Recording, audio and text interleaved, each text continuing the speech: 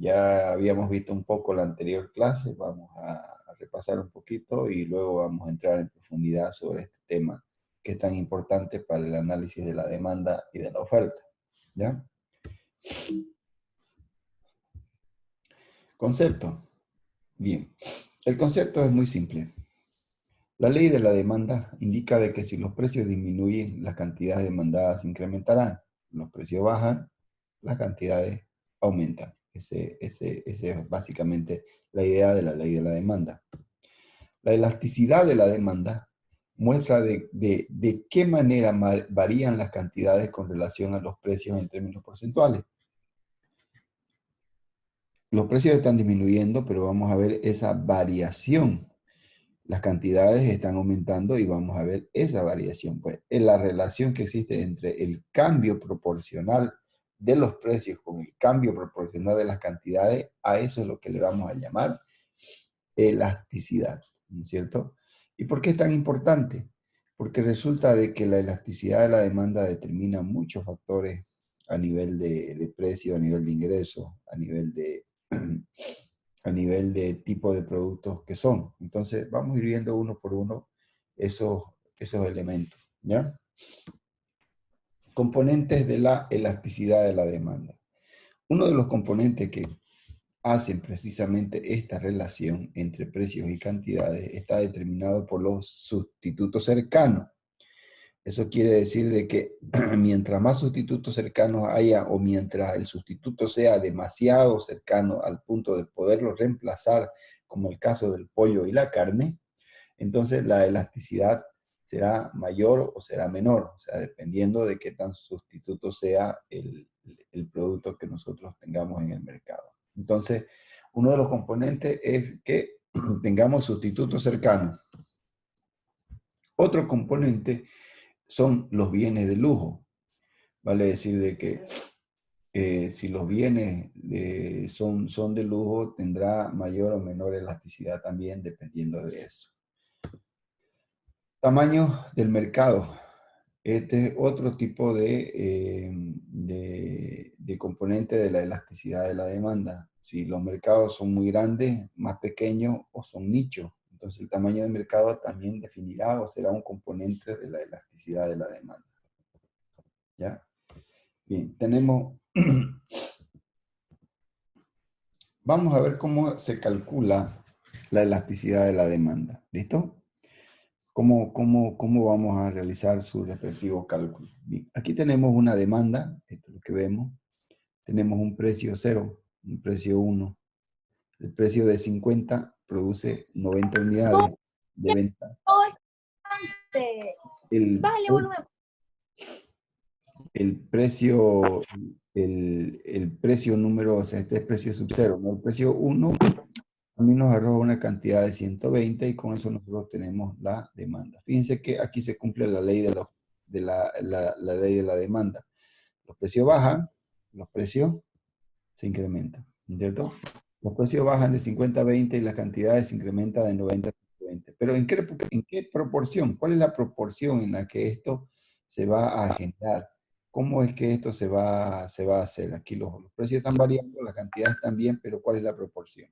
¿Ya? Entonces, nuestra fórmula dice que la elasticidad es igual al cambio porcentual de las cantidades dividido entre el cambio porcentual de los precios. En otras palabras, la elasticidad es igual al incremento de las cantidades dividido entre el incremento porcentual de los precios. Esa es básicamente la elasticidad. Ahora, observen lo siguiente. Voy a colocar aquí mi enlace. Ok. Observen lo siguiente. Este valor de aquí, si resulta ser que el incremento en Q, o sea, la manera en la que este se incrementa, y el incremento en P, la manera en que este disminuye, son iguales, la elasticidad resultará siendo igual a 1. Si las cantidades son mayores, si la proporción en la que esta cantidad varía es mayor que la proporción de los precios, ¿no es cierto? Si este número va a ser mayor que este otro, entonces vamos a tener una elasticidad mayor a 1. Y si esta cantidad son menores que la cantidad del precio, entonces vamos a tener una elasticidad, ¿no es cierto?, menor a 1. Por lo tanto, una de las formas en la que medimos la elasticidad es a través de la unidad. Si es igual a 1, mayor a 1 o menor a 1, ¿cierto? Entonces el 1 determinará de alguna manera ¿sí? qué tipo de elasticidad es la que nosotros tenemos, ¿ya?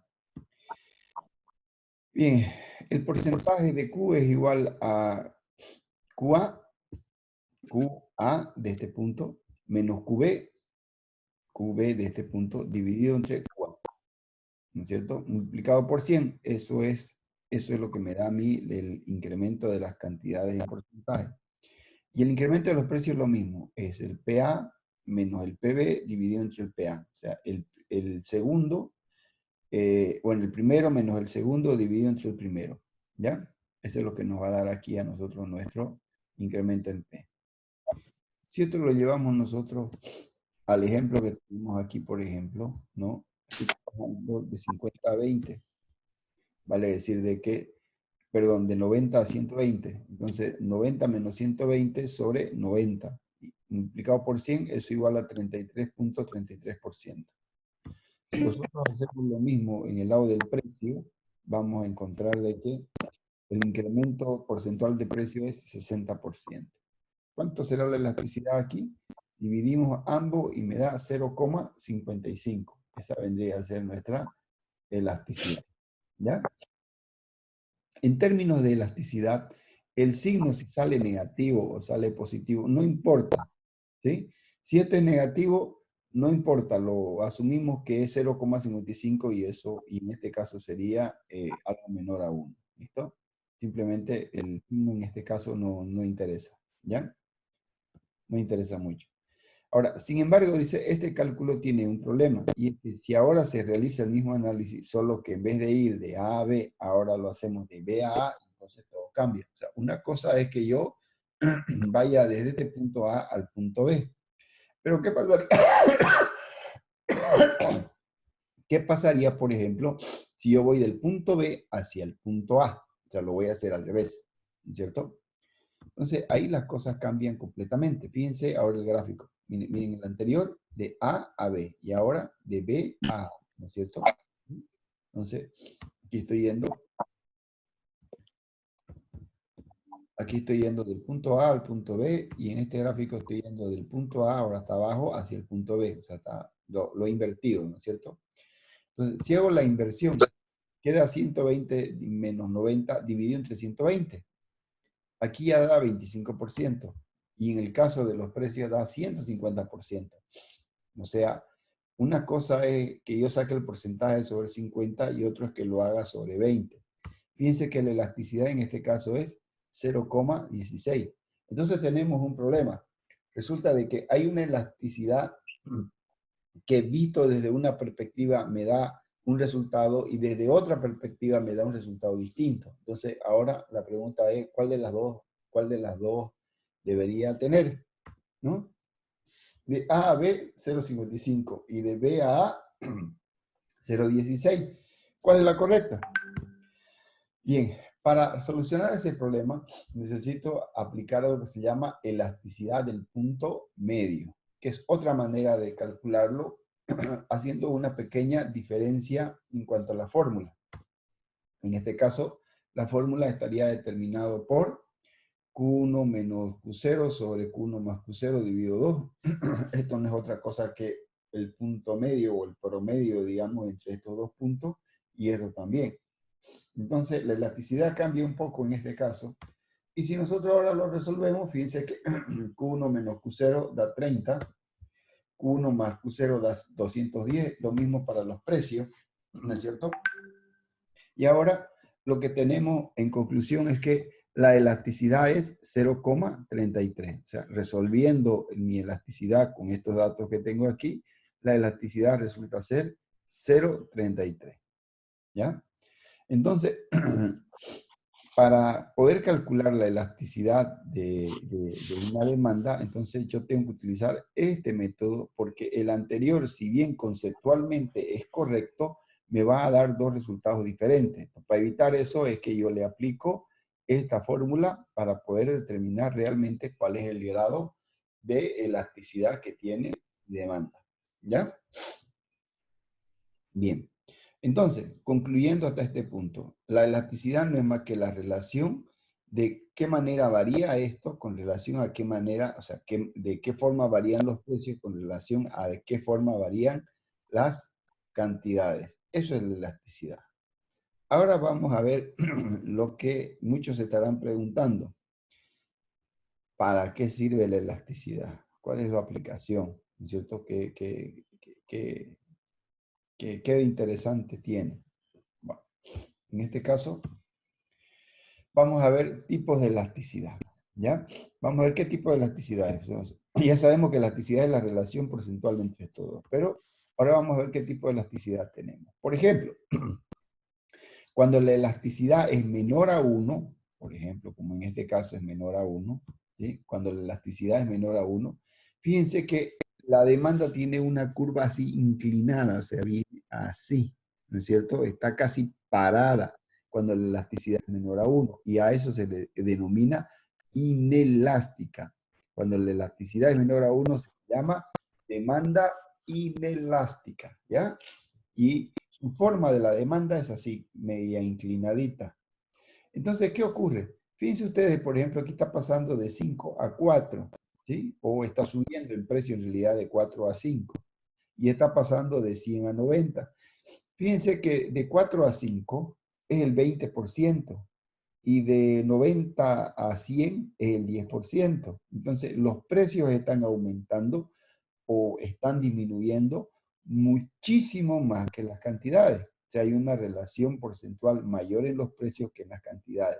Esto sucede cuando tenemos demanda inelástica. ¿Cuándo tenemos demanda inelástica? Dice, este tipo de elasticidad corresponde a bienes de lujo. O sea, en otras palabras, cuando nosotros tenemos un producto que puede ser considerado bien de lujo, ¿no es cierto? Entonces tiene esta demanda, ¿ya? También esta demanda está formada por bienes que no tienen sustituto, por ejemplo, los combustibles. Dice usted, si mañana la gasolina se incrementa de precio, la gente igual va a seguir comprando cantidad, igual las personas igual van a comprar más o menos las mismas cantidades. ¿Qué quiere decir eso? Que aunque los precios varíen, ¿no es cierto? La gente va a seguir consumiendo las mismas cantidades. Por lo tanto, no tiene una gran sensibilidad a los precios, los combustibles. ¿Por qué? Porque no tiene sustituto, ¿no es cierto? Yo no puedo sustituirlo por nada el tema del combustible. El combustible no es un producto de lujo, pero no tiene sustituto. Así que tiene la misma forma como si fuera de lujo. ¿Ya? Tiene la misma forma. ¿Listo? Bien. Cuando la elasticidad es mayor a 1, se le llama demanda elástica. ¿Ya? Y esta tiene forma, fíjense que la demanda aquí está, pero tiene forma, está agachada, ¿no es cierto? Es casi plana. Acá la demanda está parada, aquí está echada, ¿no es cierto? Y a eso es lo que se le denomina demanda elástica, cuando la elasticidad es mayor a 1. Este tipo de demanda corresponde a bienes necesarios, ¿cierto? Un bien necesario es un bien que necesitamos nosotros. Por ejemplo, el agua es un bien necesario, ¿cierto? Si no lo tenemos, nos podemos morir. Por lo tanto, evidentemente cuando el agua hay en abundancia, o sea, cuando hay mucha agua en la ciudad, entonces su demanda tiene esta forma, ¿cierto? ¿Ya?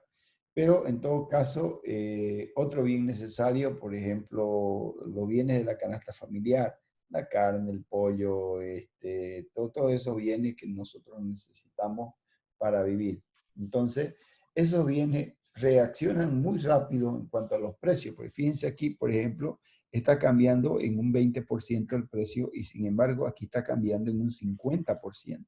Entonces, esto es muy significativo, ¿no? O sea, la variación de las cantidades es muy sensible a los precios. Los precios varían un poquito y las cantidades van a variar significativamente, ¿no es cierto? Entonces, también se presentan, dice, este tipo de mercados se presentan cuando los mercados son muy grandes. O sea, cuando tenemos un mercado grande, hay muchos compradores, hay muchos vendedores, entonces nuestra demanda se va a volver plana. Podríamos tener productos de lujo, pero si hay muchísima demanda de eso y hay muchísimos vendedores y compradores, vamos a tener este tipo de demanda, ¿ya? Bien. Otro tipo de elasticidad es cuando se le llama la elástica unitaria y la elasticidad es igual a 1. Esto es cuando esta de aquí forma un ángulo de 45 grados y vale decir que la proporción en la que los precios cambian es igual a la proporción en las cantidades. Fíjense ustedes, de 5 a 4 es un 20% y de 100 a 80 también es un 20%. Entonces, los precios varían 20%, las cantidades también varían 20%. Este tipo de demanda se presenta en productos que se le denominan demanda unitaria, que son también denominadas bienes normales.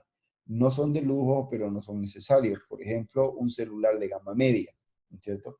Un celular de gama alta ya sería un bien de lujo, ¿no es cierto? Entonces, un celular de gama media y de gama baja podrían considerarse como bienes normales, ¿no es cierto?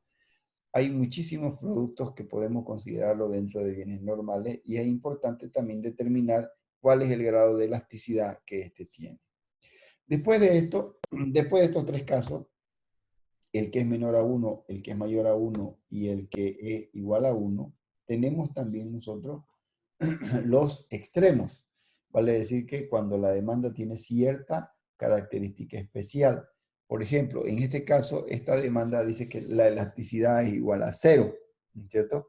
Cuando eso sucede es que básicamente las cantidades no tienen ninguna sensibilidad con los precios. O sea, no importa cuánto sea el precio, la cantidad va a ser la misma. Cuando se da esto, por ejemplo, la sal, ¿cierto? No importa si el kilo está a 10 y mañana está a 20, ¿no? O mejor dicho, supónganse que el kilo esté a 10 y mañana esté a 5, no significa que yo voy a comprar más sal. Hay una cierta cantidad de sal, digamos, que yo le voy a echar a la comida y que no importa si el precio está por la nube, bajísimo o como sea, ese precio, esa cantidad no va a variar porque es la que solamente necesito. O sea, el hecho de que la sal está barata no significa que voy a comer salado, ¿no es cierto?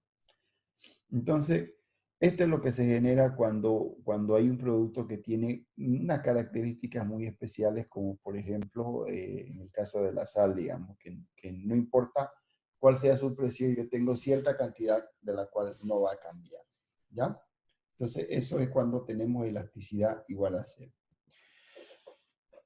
Y tenemos otro caso que es la elasticidad igual a infinito.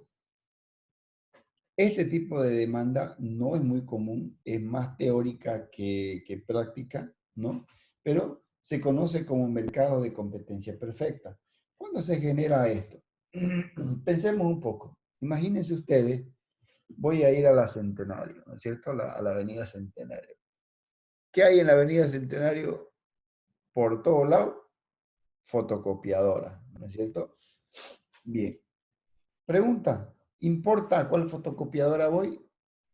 Probablemente no. Voy a ir a la fotocopiadora que esté desocupada en ese momento, ¿no es cierto? ¿Por qué? Porque todas tienen el mismo producto. Todos venden lo mismo, digamos, ¿no es cierto? Y todos lo venden al mismo precio, ¿no es verdad? Entonces, ¿qué pasaría si alguien decide cobrar más cara la fotocopia? Digamos que todos tienen su letrero y dicen que cobran 20 centavos por la fotocopia, pero ahí hay un güey que está queriéndolo vender a 50 centavos. Sencillamente ese sujeto pues no va a vender nada, digamos, ¿no? Nada, en otras palabras, fuera del precio de mercado, sencillamente no va a vender absolutamente nada. Nadie va a entrar ahí a sacar una fotocopia, porque al lado de él tiene otra que venden a 20 centavos. Por lo tanto, si lo vende por encima del precio de mercado, pues no va a vender nada, ¿no es cierto? Ahora, ¿qué pasa si él vendería, digamos, a 10 centavos? El tema es lo siguiente. Si la persona vende a 10 centavos, ¿no es cierto? Probablemente la cantidad de fotocopias que vaya a sacar va a ser idéntica a la que vende a 20 centavos. O sea, el hecho de que le baje al precio no va a hacer de que la persona incremente sus cantidades de manera significativa.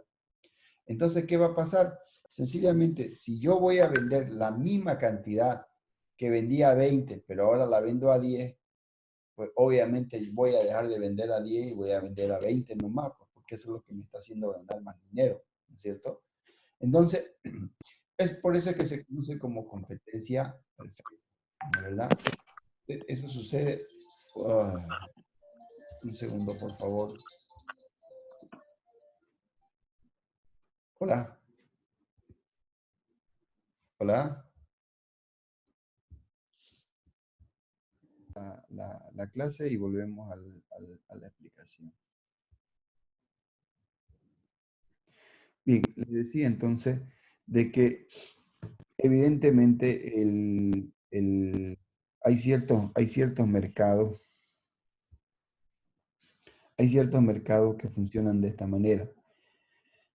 Un ejemplo es la fotocopiadora que tenemos en la Centenario. Dice que hay muchas fotocopiadoras y mucha gente que requiere fotocopia. Entonces eso hace de que el mercado se vuelva competitivo. Otro ejemplo son los que venden, por ejemplo, ropa en la feria de Barrio Lindo. Todos los puestos son más o menos del mismo tamaño, todos venden más o menos la misma ropa y todos tienen más o menos el mismo precio, ¿cierto? Entonces, es un tema de que las tiendas prácticamente están dentro de un mercado de competencia perfecta.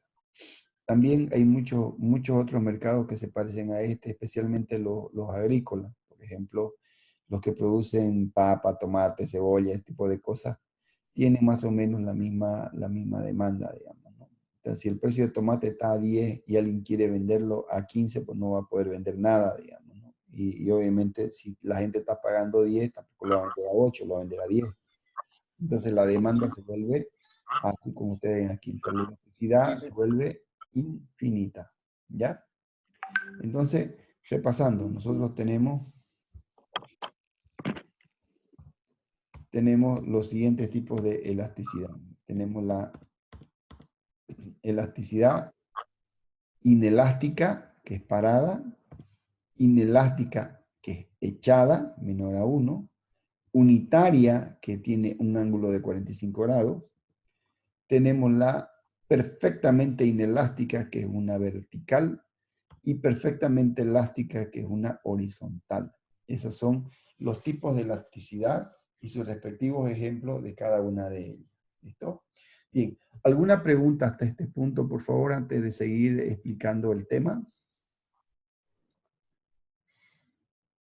Eso que dijo cuando es igual a 1 es cuando las dos, cuando cantidad y precio son iguales, ¿no? Claro, De ahí cuando aquí. A es mayor. No es que sean iguales, sino que, por ejemplo, de 5 a 4 está subiendo o bajando los precios en un 20%, ¿no es cierto?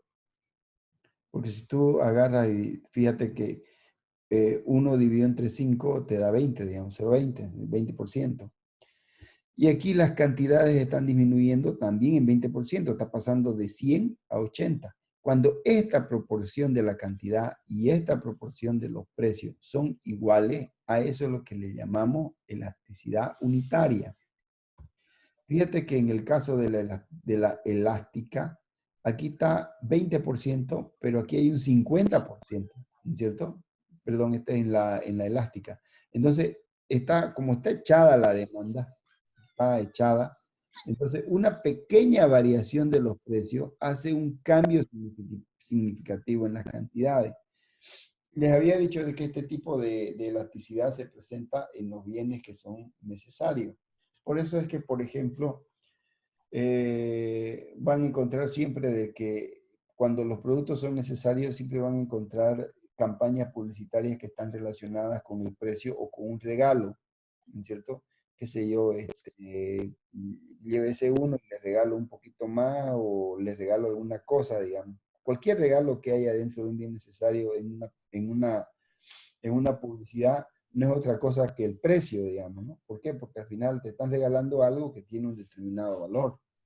Tal vez no te están regalando plata, pero sí te están disminuyendo el precio porque estás adquiriendo más cosas de las que deberías por ese mismo valor. Entonces, eso quiere decir que en la demanda elástica esta proporción es desproporcional. Esto cambia poquito Y esto cambia mucho. En el caso de la inelástica, esto cambia harto y esto no cambia nada. Y obviamente, digamos, es lo que les decía, son bienes de lujo o que no tienen sustituto. Curiosamente, por ejemplo, la droga, ¿no es cierto? Las drogas, la marihuana, la cocaína, tienen este tipo de demanda. ¿Por qué, digamos? Porque si mañana la cocaína le sube el doble de precio, el que es adicto igual va a pagar, ¿no es cierto? Si el precio sube al doble, el adicto igual nomás va a buscar dinero para pagar su droga, ¿no es cierto? Fíjense que la droga funciona como una especie de producto de lujo, ¿no? Pero en realidad no es que sea un producto de lujo, sino que sencillamente no tiene sustituto. ¿Sí? Dicen, ¿y qué Dígame. pasa con la comida del aeropuerto?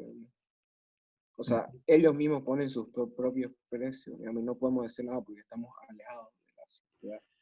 Ya, ahí hay dos cosas. Una cosa es el libre mercado y otra cosa es el control del mercado, ¿no es cierto? Entonces, si estamos hablando, por ejemplo, de que te van a poner un precio, ¿no? Hay que ver si ese precio está por encima, por debajo, ¿no? O está en tu equilibrio, ¿cierto? Entonces, el precio que te ponen es para regular los precios.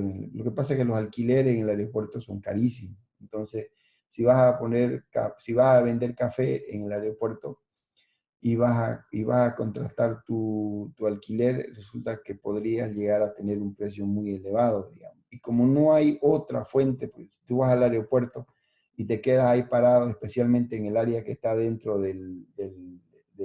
cuando vas a hacer el preembarque, no puedes salir una vez que estás adentro. Y si el vuelo se te atrasó 5 horas y hay el único restaurante ahí adentro, entonces podrías cobrar el precio que te dé la gana, funcionaría como un monopolio. En ese caso, este sería su tipo de demanda.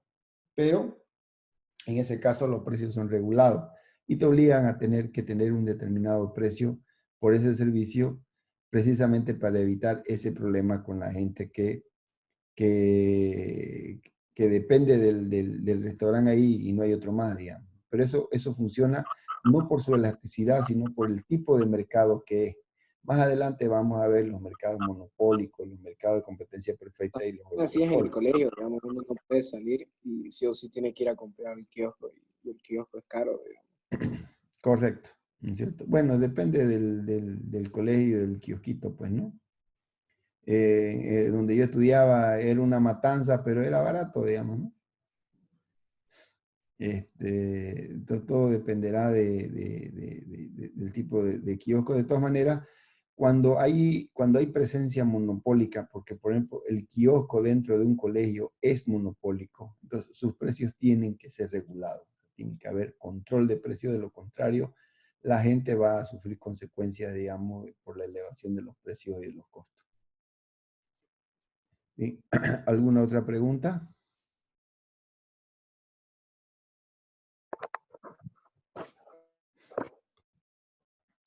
Entonces, los tipos de elasticidad tienen esta forma. Bien, me hicieron una pregunta, voy a responder ahorita sobre ese tema ya, que es el siguiente. Ok, aquí está. Bien, lo que tenemos aquí es la elasticidad es igual al cambio porcentual de Q dividido entre el cambio porcentual de P. Y aquí está la fórmula. De todas maneras, la diapositiva la voy a subir al grupo de WhatsApp porque como esto tiene fórmula, voy a necesitar de que ustedes la tengan ya. Entonces, ok. Voy a subir la diapositiva. Bien, entonces habíamos visto de que la elasticidad tiene diferentes tipos. Bien. Ahora, ¿qué pasa con el ingreso total y la elasticidad de la demanda? Bien, primero voy a definir el ingreso total, dice, es la cantidad total pagada por los compradores y recibida como ingreso por los vendedores, que es igual al área que está aquí, digamos, esta área que está aquí. Por ejemplo, en este caso, esta empresa vende sus productos a 4 y vende 100 unidades. Entonces, los ingresos que tiene esta empresa van a ser precio por cantidad. precio es 4, cantidad es 100, por lo tanto el ingreso es 400. Si ustedes venden chinelas y las venden a 15 pesos y venden 100 chinelas, ¿no es cierto? Entonces van a tener 1.500 pesos de ingreso, ¿no es cierto? Si venden salteña a 10 pesos y venden 10 salteñas en la mañana, pues van a tener 100 pesos. Ese es el ingreso total. Entonces, cuando estamos hablando de la demanda, ¿no es cierto? El ingreso viene a ser precisamente el precio por la cantidad y forma este rectángulo que ustedes ven aquí. Esto es lo que está generando de ingresos este negocio. Ahora, ¿qué tiene que ver esto con la elasticidad? Bien, el tema es el siguiente. ¿Qué pasa, por ejemplo, con el ingreso con una demanda inelástica? ¿Ya? Aquí, por ejemplo, imaginémonos que yo vendo relojes suizos, ¿listo? O estoy vendiendo, ok, relojes suizos estoy vendiendo. O fíjense que aquí estoy vendiendo a un precio de 5 y vendo 90 unidades. Bien. He decidido bajar de precio. Se me ocurrió bajar de precio para aumentar las cantidades y de esa manera poder vender más y recibir mayores ingresos. Esa es la idea, ¿no es cierto? Si yo vendo más, voy a tener más ingresos. ¿Pero será cierto eso? Bueno, depende de la forma de la demanda. Fíjense ustedes. Miren, el ingreso A, por ejemplo, es 5 por 90 y eso me da 450. El ingreso B es 4, es el precio de 4 multiplicado por 100. Fíjense que 100 es más que 90. Vendí más unidades, bajé el precio, vendí más, pero estoy percibiendo menos ingresos. Nos resulta de que cuando la demanda es inelástica, bajar los precios es mala idea. En otras palabras, ¿no es cierto? Una estrategia de precios no funciona, ya que bajar los precios también incrementa la cantidad vendida y el ingreso disminuye de 450 a 400. Nos dimos un tiro en el pie. ¿Qué quiere decir eso? Que si yo tengo una demanda que tiene esta forma inelástica, hacer una estrategia de precio es lo peor que se me puede ocurrir. O sea, en otras palabras, si yo sé que mi demanda es inelástica, no voy a hacer una estrategia de precios, voy a hacer una estrategia comercial muy diferente, pero que no va a involucrar los precios. Esto es como, por ejemplo, cuando ustedes van a un Black Friday ahí en Ventura y entran a una tienda donde dice zapato al 50% de descuento. ¿Cuánto vale el zapato? $500. ¿Y ahora cuánto cuesta? 250. O sea, quedas en la misma, ¿no es cierto? O sea, no lo va a llevar. Entonces, salvo que tengas mucho dinero. Entonces, una estrategia de precio para productos que son de lujo o productos que no tienen sustituto no tiene sentido. Si mi producto no tiene sustituto, no lo voy a bajar de precio, digamos. Voy a hacer otro tipo de cosas para que aumente mi ingreso. Aquí, por ejemplo, curiosamente, si yo le subo el precio, le va a ir mejor. Les voy a dar un ejemplo de esto, un ejemplo real, digamos, ¿no? Hace tiempo, un amigo me pidió que hiciera un análisis para su empresa. Y resulta de que ellos tenían una empresa ¿cómo se llama? No es, no es kinder tampoco, de una guardería infantil. Ellos tenían guardería infantil en un barrio residencial y era la única que había en ese barrio. Entonces, todas las personas que trabajaban iban y dejaban a sus niños ahí, digamos, a esa guardería y al volver del trabajo los recogían, ¿cierto? El tema es que me dice que no estaba ganando dinero, ¿no? Y que estaba queriendo bajarle el precio para incrementar la cantidad de personas. Y ahí yo hice un análisis y le digo, mira, vos estás ofreciendo un servicio, ¿no? Porque cobraba caro, era una guardería cara, debido a que el barrio era residencial. Le digo, es la única guardería que hay en este barrio. Las personas que van a trabajar necesitan sí o sí dejar a sus hijos en algún lugar. Y obviamente las personas prefieren que la guardería quede cerca de su casa a que quede cerca de su trabajo. Porque cuando salen, van y lo dejan, y cuando regresan, lo recogen, ¿no es cierto? Entonces, este es un producto de lujo. Así que si vos si vos bajás los precios para incrementar tu ingreso, vas a perder plata, no va a funcionar. Así al revés, subile el precio. Pero me dice, ¿cómo pues le voy a subir? Voy a reducir mi ingreso. No, no vas a reducir tu ingreso. Vas a subir el precio y vas a disminuir, por ejemplo, resulta que en cada aula tenía a 2 personas que atendían ahí a los niños, a los que le llaman tía. Digo, pues vas a reducir tu cantidad de niños, es verdad, pero también puedes reducir tu cantidad de tías, digamos, ¿no? Y disminuir tus costos. Pero vas a ver que vas a recibir más ingresos.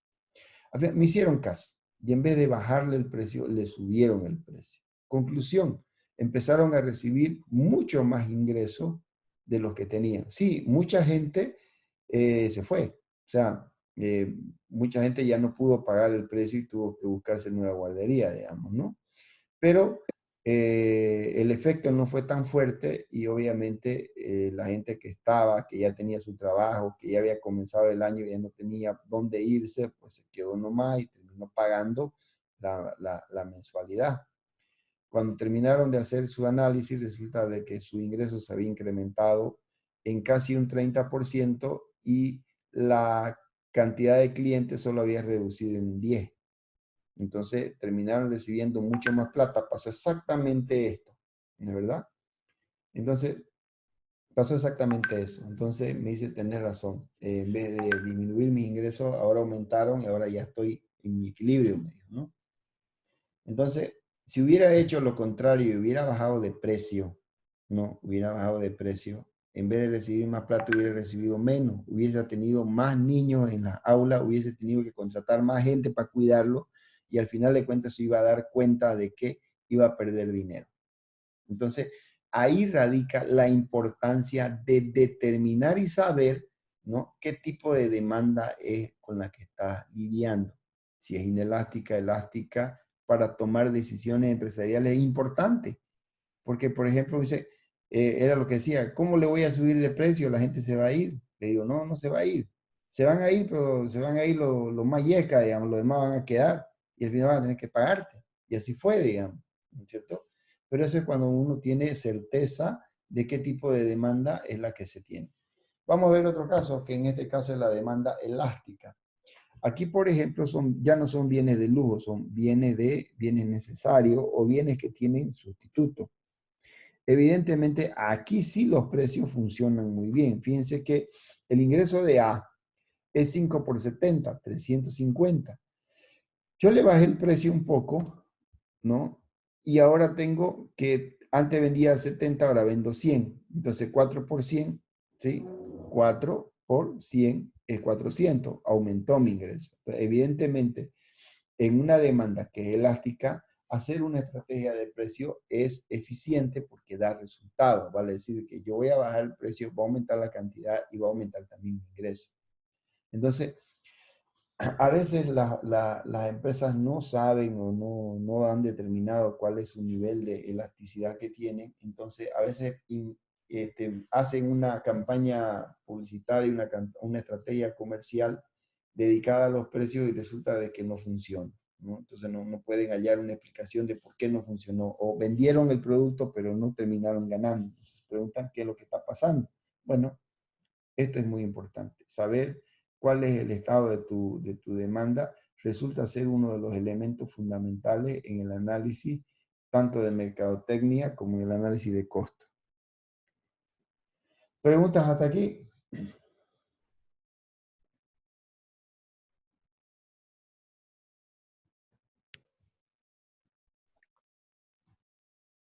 Bien, si no hay preguntas, entonces voy a continuar, ¿ya?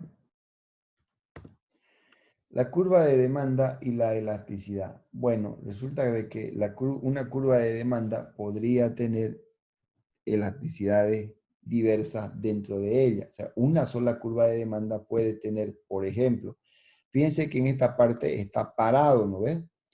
Entonces, parte de la demanda que puede ser inelástica. Y fíjense que está echada. parte de la demanda que puede ser elástica. En otras palabras, una demanda podría tener dos cosas. Podría ser inelástica y podría ser elástica en una sola curva. Aquí, por ejemplo, están los que venden celulares. Aquí tienes tu gama media y aquí tienes tu gama alta, ¿no es cierto? Entonces, si tú puedes dividir tu mercado, entonces a esto de aquí le tomarás ciertas decisiones empresariales y con este otro grupo tomarás otras decisiones empresariales. O por último, hay gente que abandona este mercado, como el caso de los iPhone, por ejemplo, han abandonado el mercado de la clase media, de la gama media y solamente se dedican a lo que es la demanda de celulares caros. Recién ahora este año han querido sacar un celular relativamente de gama media para poder tener parte de este ingreso. Porque si yo tengo este rectángulo, por ejemplo, aquí y le puedo sumar este otro, bueno, la suma de los dos me va a generar a mí un ingreso adicional. Eso se llama segmentación de mercado. Entonces, la demanda es la que te va a segmentar los mercados, ¿no es cierto? Y te los va a discriminar. Una cosa es segmentar el mercado y otra cosa es discriminar un mercado. Segmentar un mercado es dividirlo en dos, pero no siempre lo puedes hacer, porque si digamos que aquí vendas manzana a la gente rica y aquí le vendas manzana a la gente de la clase media. Nada restaría de que este de aquí compre manzana para llevárselo acá más barato y te saque del mercado de esta parte de acá. Entonces, ahí lo que necesitas hacer es algo que se llama discriminación de mercado, separarlo, ¿no es cierto? Separar los mercados. No siempre se puede hacer eso. No siempre se logra separar un mercado. Segmentar un mercado dependerá si puedes o no puedes hacer una discriminación en ese sentido. ¿Ya? Bien, preguntas hasta